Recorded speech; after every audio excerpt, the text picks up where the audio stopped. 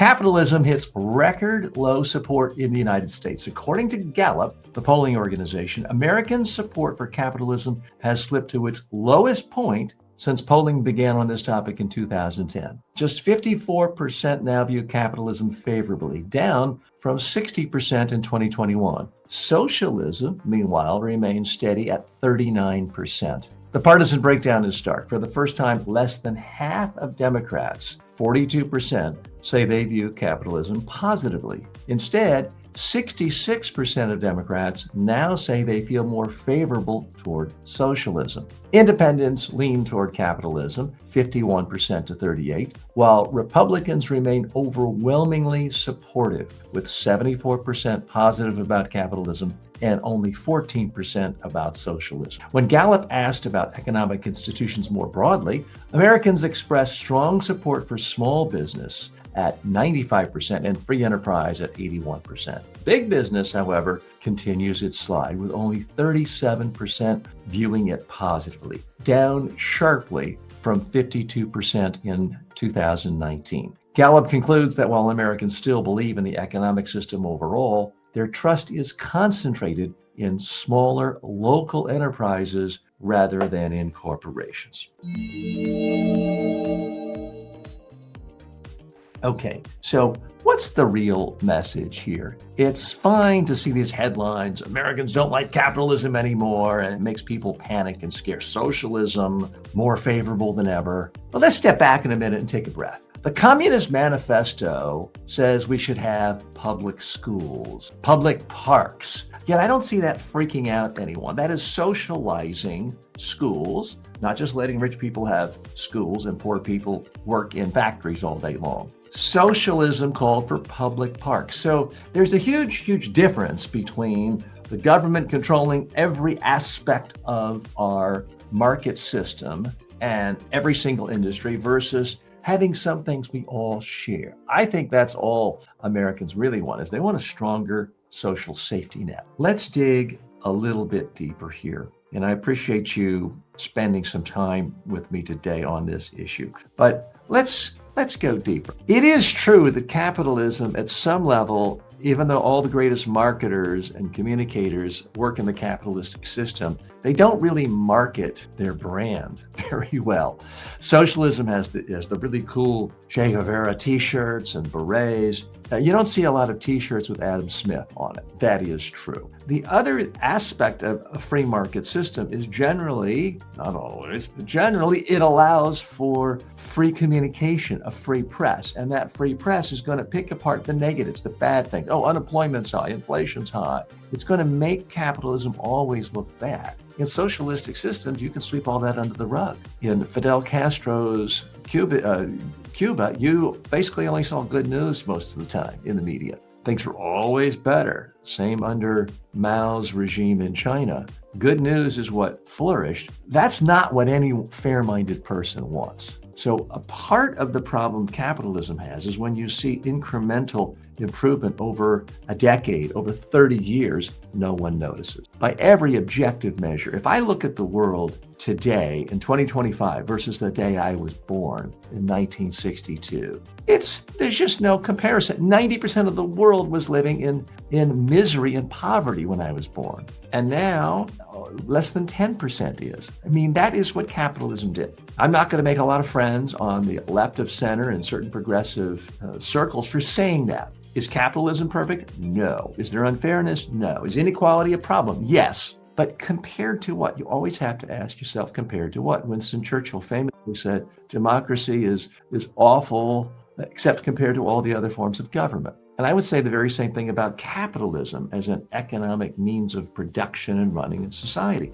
It's awful compared to all the others. Now, let's be candid here. There is no such thing as 100% libertarian-approved free market capitalism, where there's no intervention by the government, and it's just rugged, strong individualists doing what they want. Unless you count Somalia or Libya. where not much government, and by the way, where you can buy slaves this very day in an open market. Do you really want to go back to that type of a free market system? I don't think so. So a part of why capitalism, I believe, gets bad PR, but also why it's really a good system, is that it is so malleable. It borrows and takes and steals from all the other systems out there to figure out what works. The original laissez-faire, let the private sector handle everything, didn't account for public schools. You want your kid to go to school, hire a tutor.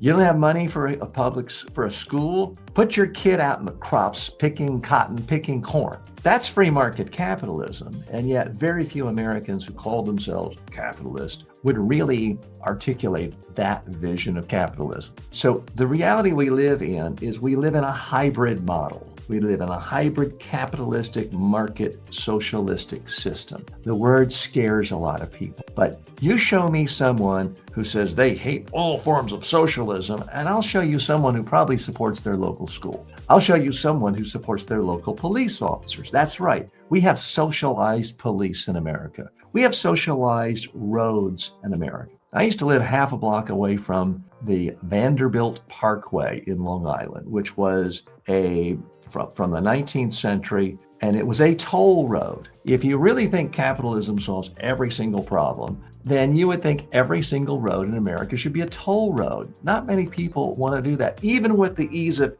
Easy Pass and not having to stop and put a quarter in the toll booth. People actually like having socialized roads. People like having socialized police, because we could have a system that says, okay, there is no police. You have money, hire your own armed guards, hire your own security force. And if you don't have money and you get robbed, tough luck. We could, if we really truly believe that everything has to be in the private sector, that's the world we'd end up with. But we don't, because human beings like to say, I'm ideologically pure and I'm only the sincere person with a pure set of principles, but we're not. Everybody has compromise. Show me someone who says, individual's property is the only thing that matters and individual property rights are the only thing that matters. And I'll show you someone that if I bought land next to their house and said, okay, let me set up a 7-Eleven next to your $5 million mansion, they'd be like, oh no, the local code doesn't allow that. Local permitting, the housing authority doesn't allow that. They're all in favor of government regulation for things like that. So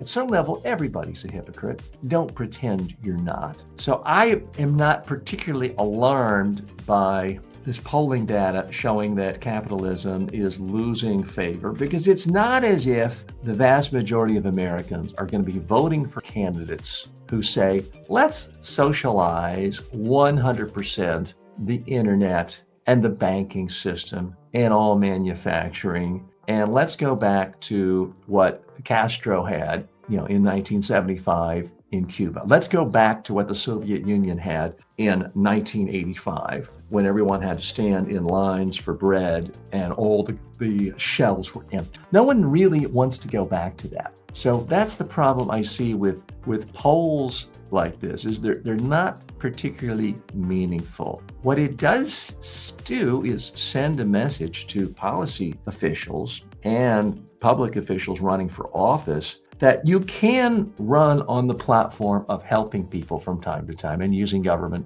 tax dollars to do it. Whether that means expanding Medicare, Medicaid, perhaps expanding housing credits, or actually building houses for people as is done in other countries and giving it to people without down payments. The idea that you can instantly end an argument and say, well, that's it, we don't have to talk about it anymore, it's a moot point because I just used the word socialism. I think it's a good thing that we can't instantly end the conversation constantly just by tossing out that boogeyman word of socialism. Am I a socialist? No. And yet, are you a socialist? If you like a public school system, if you like police officers paid for by tax dollars, guess what? You and I really are both socialists at some level.